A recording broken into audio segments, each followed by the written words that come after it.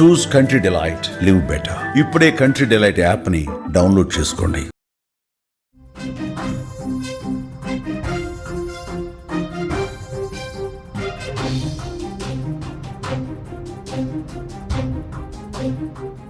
హైదరాబాద్లోని జీడిమెట్లలో జరిగిన అంజలి హత్య కేసులో బయటకు వస్తున్న ఒక్కొక్క నిజం ప్రతి ఒక్కరిని ఆలోచనలో పడేస్తోంది.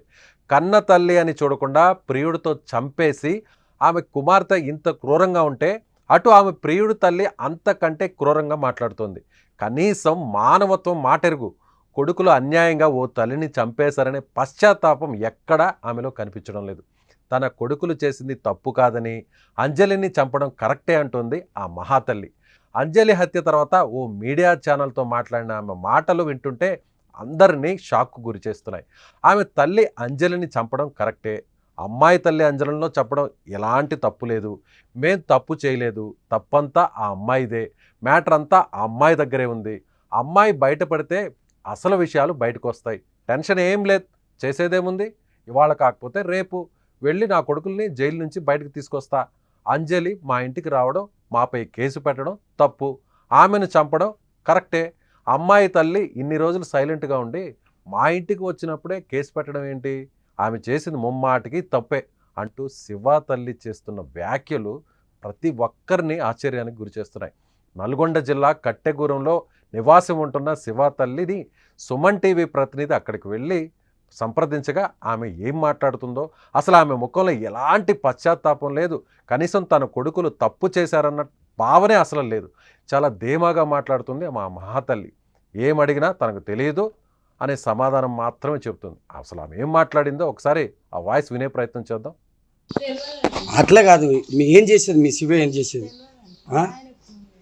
మీ ఆయన ఏం పేరు, మీ ఆయన పేరు శ్రీను. ఎంతమంది నీ కొడుకులు? ఇద్దరు. ఒక అఘాత్యానికి అయితే పాల్పడ్డారు. అయితే మీకు తెలియదు కాదండి, మీకు తెలియదు, కాకపోతే ఎట్లా ఉండేది, వాళ్ళు ఎట్లా ఉండేది మీ కొడుకులుగా అమ్మా? తెలియదా? వాళ్ళు ఒక కాదు అమాయకురాల్ని కలిసి చంపడం అది కరెక్ట్ కాదు కమ్మా. ఇప్పుడు ఎక్కడ ఊరు వాళ్ళు? అక్కడికి స్టేషన్లో లొంగిపోయారు. వాళ్ళ ప్రవర్తన ఎట్లుండేది? మేము ఇంట్లో ఉండేటోళ్ళం కాబట్టి మాకు తెలియదు, బయట ఉండేట ఆయన కాబట్టి ఆయనకు తెలుసు. చూస్తున్నారుగా ఈ వీడియో చూస్తుంటే ఆ చంపిన డీజే శివ అనే తల్లి ఆమె ముఖంలో ఎక్కడైనా కనీసం ఆందోళన కానీ, పశ్చాత్తాపం కానీ, తప్పు జరిగిందనేటువంటి భావన కానీ ఎక్కడైనా కనిపిస్తుందా? ఏమన్నా అడుగుతుంటే సుమన్ టీవీ ప్రతినిధి అక్కడికి వెళ్ళి అడుగుతుంటే సగం డోరు వేసి వేయకుండానే తెలియదు, ఏం లేదు, అక్కడికి వెళ్ళిండ్రు. ఎక్కడికి వెళ్ళిండ్రమ్మా? మీ బిడ్డలు ఏమన్నా ఘనకార్యం చేసి ఏమన్నా ఎక్కడికన్నా గుడికి వెళ్ళారా, గోపురాలకు వెళ్ళారా, జైలుకి వెళ్ళారు తల్లి? నీకు కనీసం ఆ విషయం తెలీదా? ఇద్దరు పిల్లలు అన్యాయంగా ఒక అమ్మను చంపేస్తే, ప్రియురాలు చంపమని చెప్పంగానే నేరుగా వెళ్ళి చంపేస్తే, అది కూడా క్రూరంగా చంపేస్తే నీ ఇద్దరు బిడ్డలు, నువ్వు చెప్పే సమాధానం ఏంటి తల్లి? ఏం చెప్పాలనుకుంటున్నావు? ఇలా నువ్వు కొడుకుల్ని పెంచేసి నువ్వు రోడ్ల మీదకి వదిలేస్తే వాళ్ళు తల్లులను చంపుతూ ఉంటే నీ బిడ్డలతో పాటు పుట్టి పెరుగుతున్నటువంటి వాళ్ళందరికీ ఏం చెప్తున్నట్టు నువ్వు సమాధానం? ఒక తల్లిగా నువ్వు చెప్పేటువంటి సమాధానం ఏంటి? తల్లులంటే ఈ సమాజంలో కనిపించే దేవతలుగా చూస్తారమ్మా.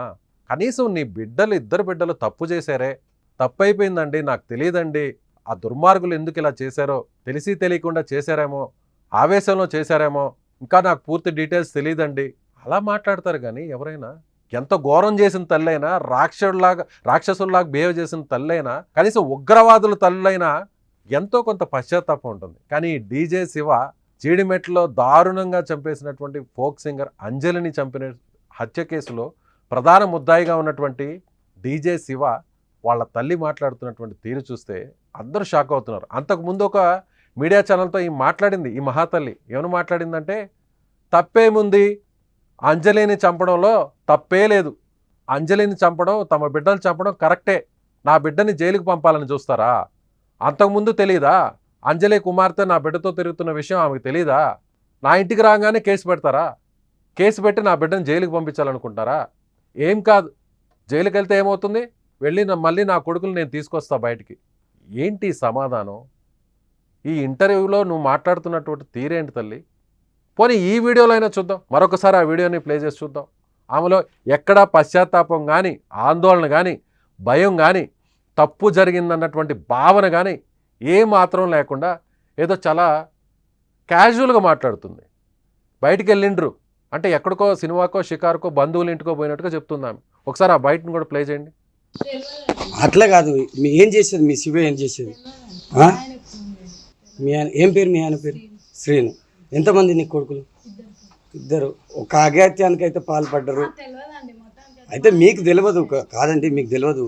కాకపోతే ఎట్లా ఉండేది, వాళ్ళు ఎట్లా ఉండేది? తెలియదు, మొత్తమే నాకే మీ కొడుకులుగా అమ్మా తెలియదా? వాళ్ళు ఒక కాదు అమాయకురాల్ని కలిసి చంపడం అది కరెక్ట్ కాదు కమ్మా. తెలియదు ఇంకా. ఇప్పుడు ఎక్కడ ఊరు వాళ్ళు? పోయిరు అక్కడికే, అక్కడికి స్టేషన్లో లొంగిపోయారు. వాళ్ళ ప్రవర్తన ఎట్లుండేది? తెలియదు. మేము ఇంట్లో ఉండేటోళ్ళం కాబట్టి మాకు తెలియదు. బయట ఉండేట ఆయన ఏం అడుగుతున్నా ఈ మహాతల్లి ఏం చెప్తుందంటే తెలియదు. చిన్నప్పటి నుంచి ఎలా ఉన్నారమ్మంటే తెలియదు. ఇలా చేయడం కరెక్టేనమ్మంటే తెలియదు. అంతకుముందు ఇచ్చినటువంటి ఇంటర్వ్యూలో తప్పేం లేదు, అంజలిని చంపుట్లో తప్పేం లేదు, నా కొడుకులు చేసింది కరెక్టే.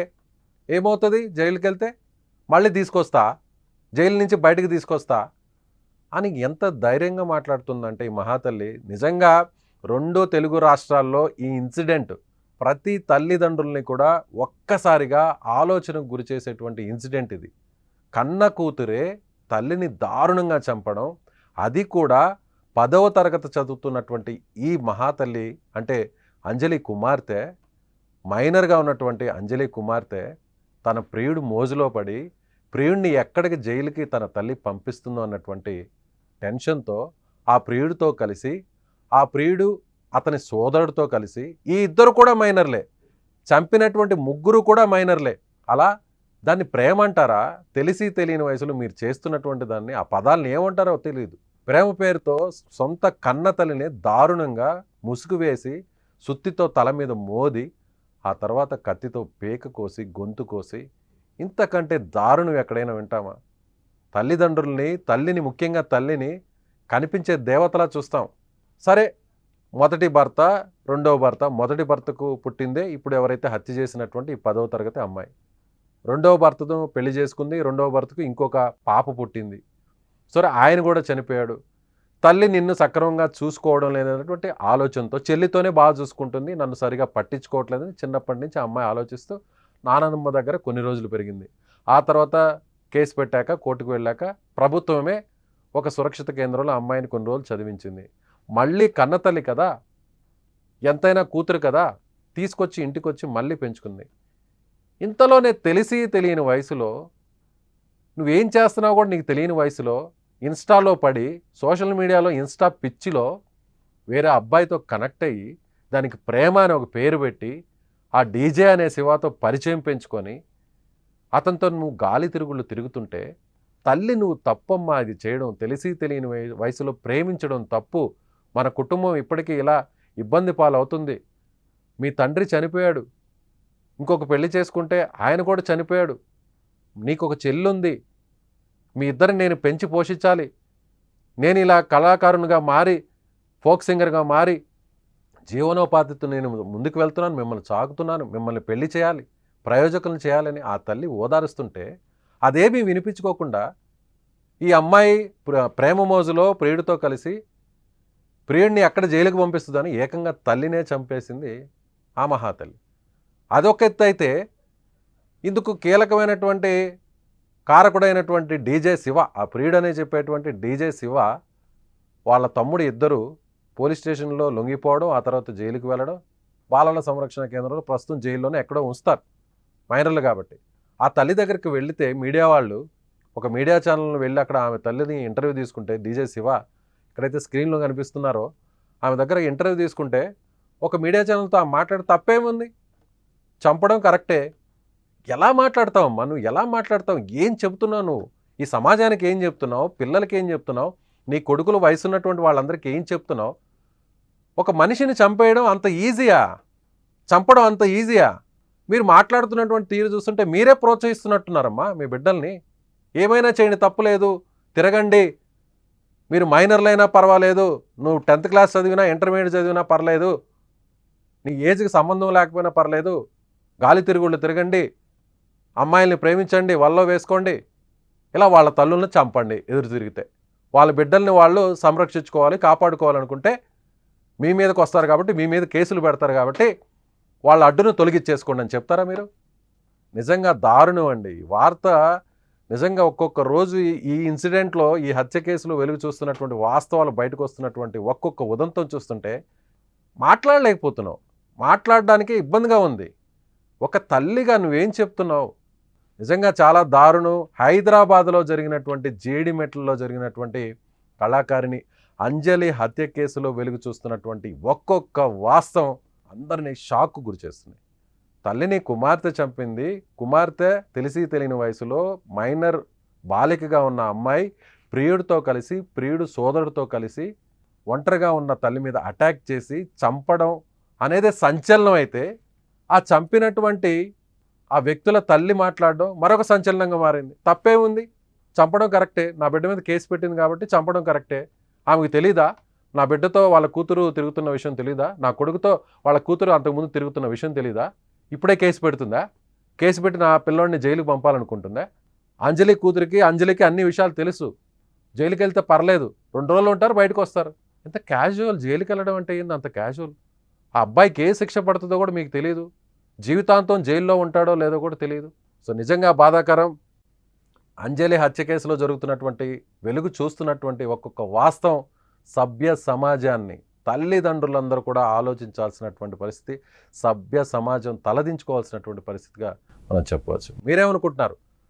డీజే శివ ఎవరైతే హత్యకు పాల్పడ్డాడో, ఈ కేసులో కీలక ముద్దాయిగా ఉన్నాడో, ఆ వ్యక్తికి సంబంధించిన, ఆ ప్రియుడిగా భావిస్తున్నటువంటి డీజే శివ తల్లి చేస్తున్నటువంటి కామెంట్స్, ఆమె వ్యవహార శైలిపై మీరేమనుకుంటున్నారో మీ అభిప్రాయాన్ని కామెంట్ రూపంలో తెలియచేయండి.